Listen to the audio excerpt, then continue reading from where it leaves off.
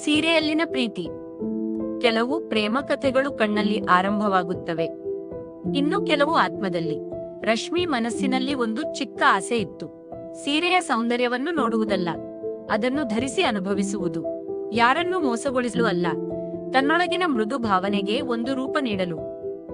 ಒಂದು ಮಳೆಯ ಸಂಜೆ, ನೀಲಿ ಬಣ್ಣದ ಸೀರೆಯಲ್ಲಿ ಕನ್ನಡಿಯ ಮುಂದೆ ನಿಂತಿದ್ದ ಅವನ ಕಣ್ಣಲ್ಲಿ ಭಯವೂ ಇತ್ತು, ನೆಮ್ಮದಿಯೂ ಇತ್ತು. ಅಷ್ಟರಲ್ಲಿ ಬಾಗಿಲು ತಟ್ಟಿದ ಶಬ್ದ ಕೇಳಿಸಿತು.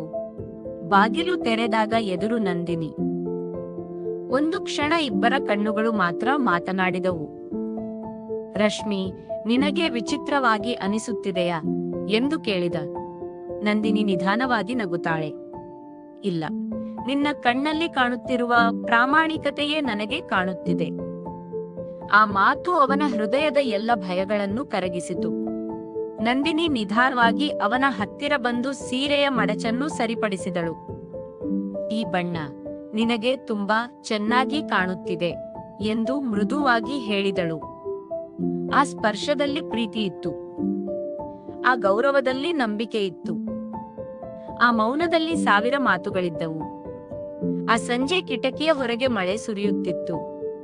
ಒಳಗೆ ಎರಡು ಹೃದಯಗಳು ಪರಸ್ಪರವನ್ನು ಸ್ವೀಕರಿಸುತ್ತಿದ್ದವು. ಆ ದಿನ ಅವರಿಗೆ ಅರ್ಥವಾಯಿತು. ಪ್ರೀತಿ ಎಂದರೆ ಒಬ್ಬರನ್ನು ಬದಲಾಯಿಸುವುದಲ್ಲ, ಅವರು ಹೇಗಿದ್ದಾರೋ ಹಾಗೆಯೇ ಹೃದಯಪೂರ್ವಕವಾಗಿ ಅಪ್ಪಿಕೊಳ್ಳುವುದು.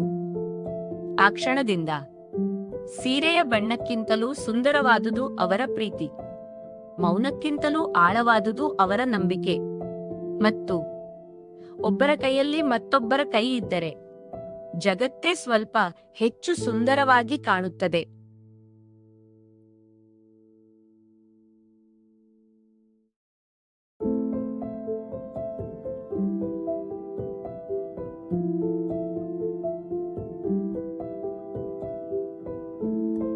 ಸೀರೆಯಲ್ಲಿನ ಪ್ರೀತಿ.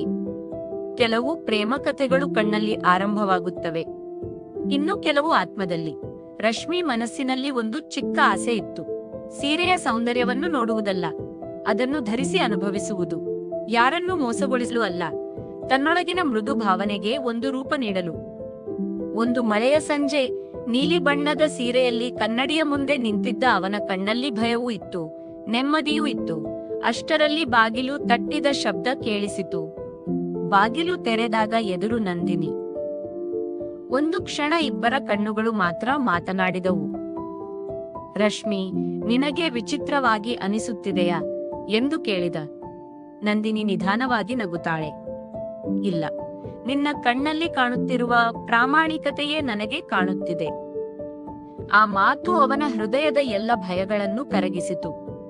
ನಂದಿನಿ ನಿಧಾನವಾಗಿ ಅವನ ಹತ್ತಿರ ಬಂದು ಸೀರೆಯ ಮಡಚನ್ನು ಸರಿಪಡಿಸಿದಳು. ಈ ಬಣ್ಣ ನಿನಗೆ ತುಂಬಾ ಚೆನ್ನಾಗಿ ಕಾಣುತ್ತಿದೆ ಎಂದು ಮೃದುವಾಗಿ ಹೇಳಿದಳು. ಆ ಸ್ಪರ್ಶದಲ್ಲಿ ಪ್ರೀತಿ ಇತ್ತು, ಆ ಗೌರವದಲ್ಲಿ ನಂಬಿಕೆ ಇತ್ತು, ಆ ಮೌನದಲ್ಲಿ ಸಾವಿರ ಮಾತುಗಳಿದ್ದವು. ಆ ಸಂಜೆ ಕಿಟಕಿಯ ಹೊರಗೆ ಮಳೆ ಸುರಿಯುತ್ತಿತ್ತು.